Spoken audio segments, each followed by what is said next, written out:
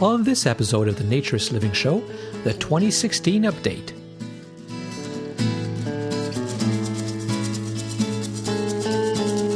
This episode of the Naturist Living Show is brought to you by Bear Oaks Family Naturist Park. At Bear Oaks, we offer traditional naturist values in a modern setting. Free your body, free your mind. www.bearoaks.ca.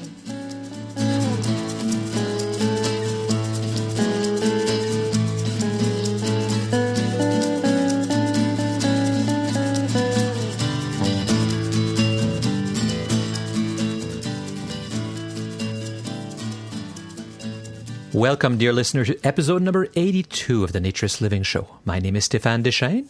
I'm your host for this podcast and the owner of Bear Oaks Family Naturist Park. And yes, as everybody who listens, who's a regular listener knows, it was not a good year for the podcast last year. It was a crazy year, busy year for me. And I only produced 5 shows, I think. So we're just trying to catch up now. And you might have noticed I called it number 82. This is episode 82, which might seem like I skipped a number if you listened to the last one. But as Rich from California pointed out, I doubled up on one of the early episodes. Episode number 77, which was working in Nudist Club with Lisa Brandt from May 2015. That was episode number 77. And then 6 months later, in November 2015, I produced the next episode, which I also called episode 77. And that was the volleyball Super Bowl. And so Rich actually let me know right away about the error, and I wanted to fix it. But in November, I recorded 4 shows. It just took me a while to get them all edited and made live, and the last one was the Sunsport one, which you just heard, which I had called in November episode 80, and it should be episode 81. So by the time you're listening to this, I will have gone and corrected all the numbering in the show notes. That's at on the website naturistliving.bearoaks.ca. And so the 4 episodes that are being renumbered is the Volleyball Super Bowl 45, which should be 78. It was 77, should be 78. Tiki Tombas, which are now 79. Working at Bear Oaks, which is now 80. And Sunsport, which is now 81, making this episode 82. So sorry for any confusion to anybody who was listening. I really appreciate that people noticed and commented, and that you guys are paying such close attention. So I'm glad you're paying attention, and I'm glad you're a faithful listener, despite the fact that I was a little unreliable last year.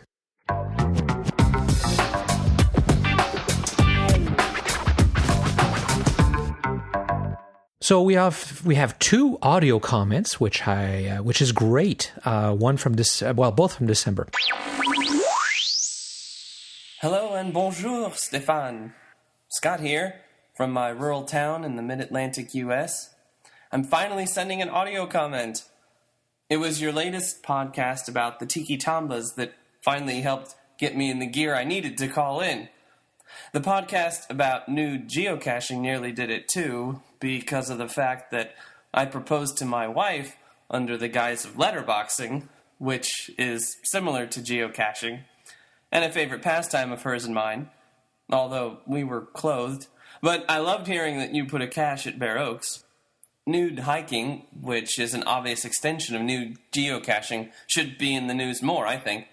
That would be another great way to get non-sexual nude activities into the no big deal category in Americans' minds.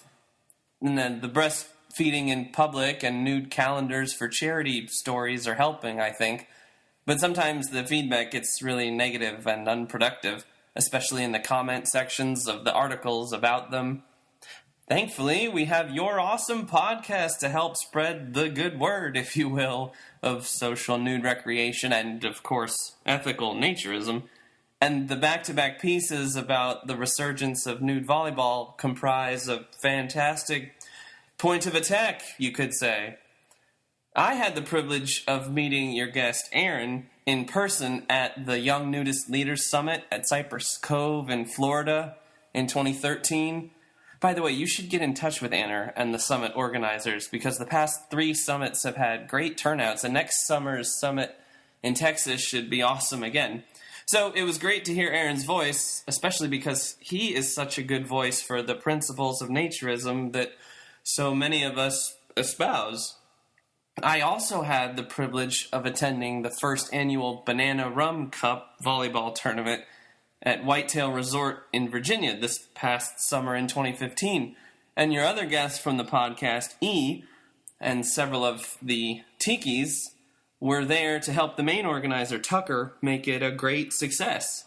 The Tikis didn't do their chant, of course, since it wasn't their event, but I loved their skills display near the end of the tournament. I played and had a blast myself. Anyway, thanks for keeping this podcast going. One way I know it won't find you pod fading is if you get others to keep contributing to the show, like you've done with the bloke from Australia and the fellow from New York City, Josh. How about some other international correspondents? And obviously, Felicity from YNA is a guest a lot, so maybe you could have her and her organization reach out for more people and stories to channel through the Naturist Living Show. I'm sure other young nudist naturist communities like Vita Nuda and the Florida Young Naturists would also be happy to contribute.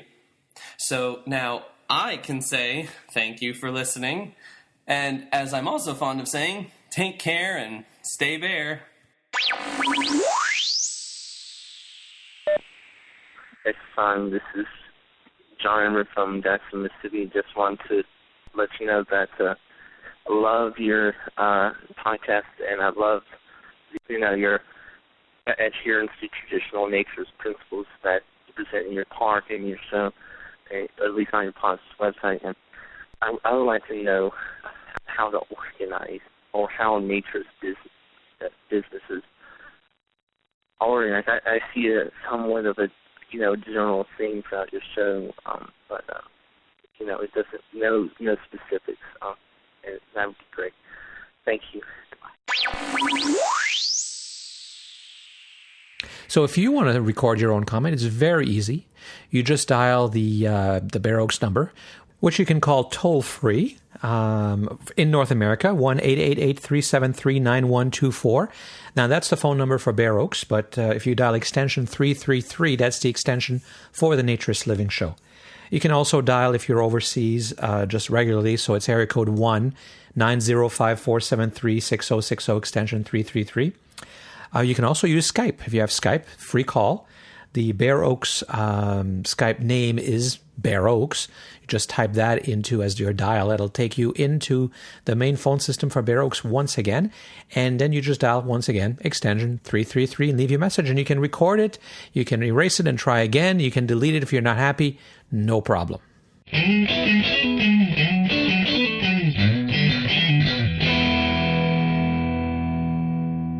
So, as I said at the beginning of the show, it was a crazy year last year. It still is this year. I'm way too busy, and that's why I'm falling behind on the podcast. So, how do I fix that?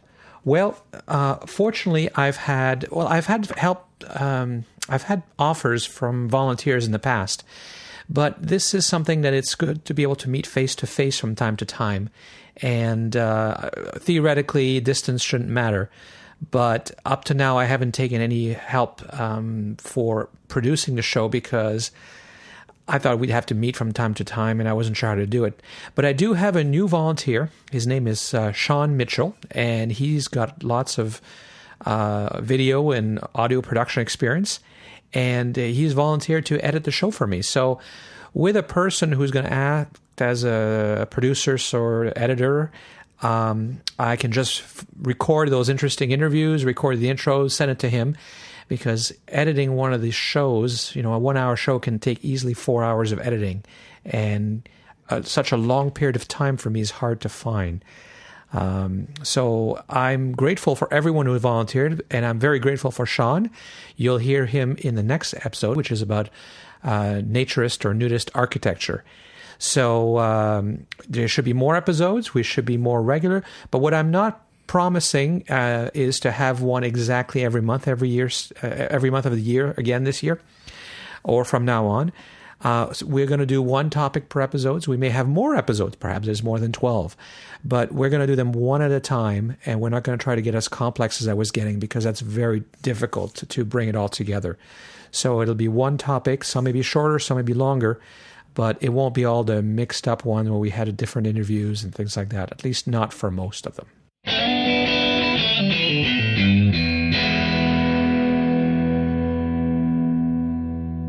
So I guess I owe you a bit of an explanation as to why I've been so busy. And it doesn't seem, well, I am doing a lot of things. There's no question about it. And people who follow me know that I do, and I'm involved in a lot of things. It's things like I've added the university teaching, which is very interesting. But my role there is increasing. So that's basically, I'm writing off one day a week just for the course in the fall. It's been very interesting. It's been fun. It's been very useful for some of my research, which benefits this show, because some of the interviews I've done is because of the research I've done. And I think it brings credibility to the movement and to Bear Oaks. And I really appreciate the opportunity to educate another generation on attitudes towards the human body. And I can do that in the course. The last class had 104 students in it in the fall. And those are all people that hopefully will, they may or may not become naturists, but at least they'll have a different frame of reference as to what it means to wear clothes or not wear clothes. And hopefully it's something they'll discuss with their friends, and it'll spread from there. And perhaps we will get people to join. I don't know. People have asked me, has anybody come from the class? It's been 2 classes now, and I don't know, because they don't tell me. I'm not always there to register them. There's no, I guess I could give them all a coupon so I could track it, but I'm not trying to pressure them. I'm trying to leave it open. So some may have, but I don't know. I can't answer the question. And other than that, I was on the INF board, as you know, but I did, that took a lot of time. I've resigned. I resigned in January. I will post a link to my resignation, report. I wrote a report because I could no longer, after 3 years, I could no longer stay, because when you're on a board of directors, you have a duty to speak on behalf of the board, to follow the party line. And I couldn't do that anymore because I didn't agree with the direction it was going. I still very much believe in the importance of an international naturist body. It brings a lot of credibility to the movement and a lot of other value. And that's in my report. I wrote a report with what I think should happen, but the current direction of the board of the INF does not seem to agree with me. And so I couldn't make the change, and therefore I had to resign so I could write this report and make it available to the federations. So either they will act on it or not. I don't know. That's up to them. They own the INF. They're the shareholders. They're the ones who elect the board, and they have decisions to make. Some federations recognize the problems, and their thought is to pull out. But I hope people don't do that, because that's walking away rather than trying to solve the problem. As the owners, they have the abilities to solve the problem, and I think they should, because I think the INF is very important. I also sit on other volunteer boards, Camping in Ontario, Association of all the private campgrounds in the province of Ontario. I think there's about 800 campgrounds in Ontario. It's a big province, big population, lots of space for camping. I'm also very involved in community and a variety of other organizations and tourism. It all takes a lot of time. And running a park, of course, doing the operations and the promotion. And I'll give you just one example of how much time was, because I'm very aware, because I was starting to analyze how I get here. And if you look at the projects at Bear Oaks, for example, you take this new gate. We're putting in a new gate, a new gatehouse and new gate system. But I'm not one to just go part way. If I'm going to put in a system, I want the ultimate system. I want to do everything. And so this new gate, you'll be able to call the front office, of course, and then register, and then you'll have an RFID tag, which stands for radio frequency identification, which you wear on your wrist. It'll be waterproof. But you'll use that also to get into your room if you're renting a room. You'll also get into your cabin if you're renting a cabin. You'll get into the clubhouse after hours to use the saunas and the facilities. And when you're going to the restaurant, you'll use that to charge to your account. So there'll be no confusion as to who's allowed to charge or not. As somebody pointed out, that's how it works at Disney, and it is a very similar idea and system. I think they call it MagicBand or something. And I am, people who know me and have talked to me know that I am very much an admirer of how Disney does things in terms of organization and customer service and in selling an experience, which is what I think naturism is about. And you can listen to my marketing podcast if you want to know more about my thoughts on that. So the example of a new gate is last year we had to widen the road to allow for it and build a pad, and it had to have loops, and it had to have an island to put the new gatehouse, and it had to have conduits to all kinds of places because we were putting those readers and cameras, and you have to have internet coming in and everything else. So that was just last year's project. And that took a fair bit of planning. And then this year, we're finalizing it. Well, we have to build a gatehouse. And let me tell you, building a gatehouse is as complicated in some ways as building a real house. The only system it doesn't have is plumbing. It has wall, roof, it has insulation, it has electricity, it has windows, doors, it has ventilation because there's going to be some equipment in there, so you have to have ventilation and some heat and for the winter. And it has telecom because it has the internet and phone running through it. That's going to be connected to all this gatehouse. So the design, I actually involved an architect in designing it because I wanted everything was very tight in terms of spacing and make sure everything works together. On top of that, we have to find I had to find a gate supplier.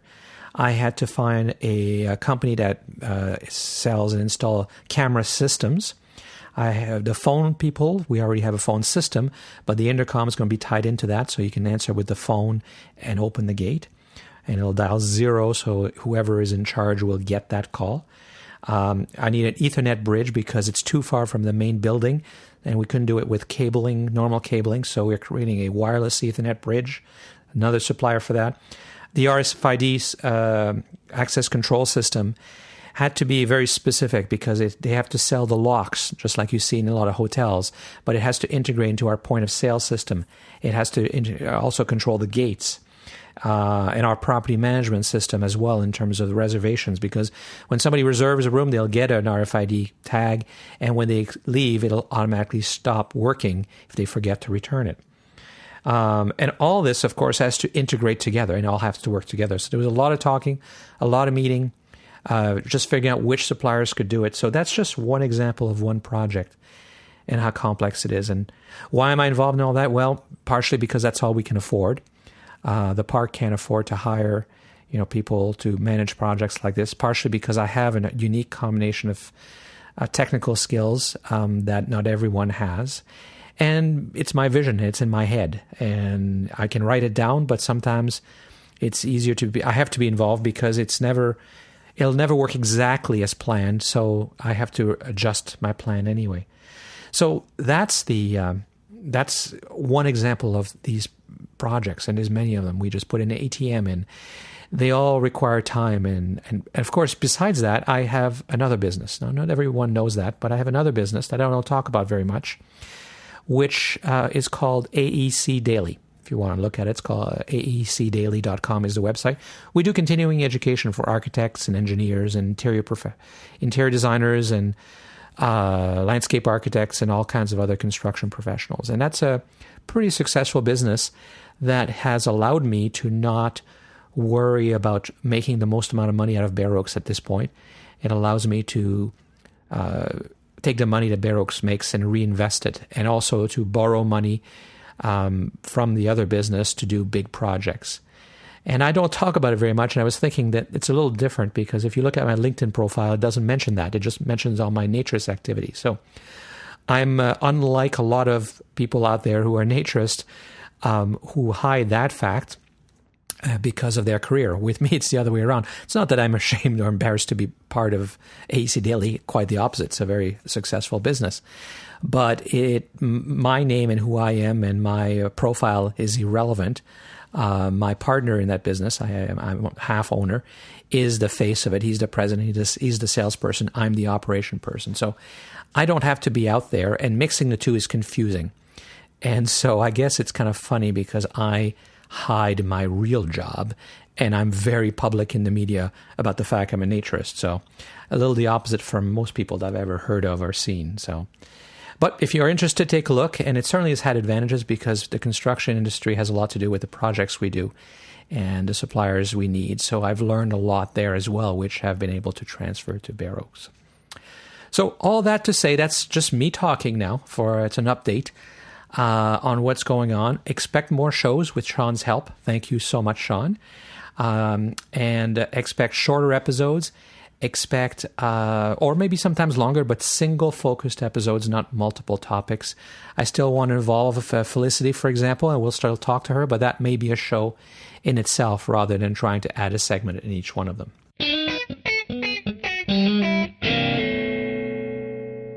So that's all for this brief episode, this update of the Naturist Living Show. Thank you for listening. Again, my name is Stéphane Deschaines. I'm your host for the podcast and the owner of Bare Oaks Family Naturist Park. And there's some things I did mention in this very brief show, and there will be links to them on the show website. The show website is Naturist Living, as one word, .bareoaks.ca. And for example, I'll have a link to the report I did to the federations about the future of the INF or my perception of it. Feel free to send a comment. I love getting the emails, and I have been reading them. I'm sorry I've not always had time to respond, but I do read them all. The show's email address is naturistliving@bareoaks.ca. That's BAREOAKS.ca because we are in Canada. And as I said earlier, you can leave a comment by calling the Bare Oaks phone number and dialing extension 333. And I'll be happy to put it on the show. Join us again in a little while, not necessarily a month, for the next episode of the Naturist Living Show. This episode of the Naturist Living Show was brought to you by Bare Oaks Family Naturist Park. Traditional naturist values in a modern setting. Traditional values means that naturism is more than just taking your clothes off. It is a life philosophy with physical, psychological, environmental, social, and moral benefits. Bare Oaks Family Naturist Park strives to promote those naturist values in a modern setting that provides the amenities and services that our members and visitors expect. Free your body, free your mind. Learn more at www.bareoaks.ca.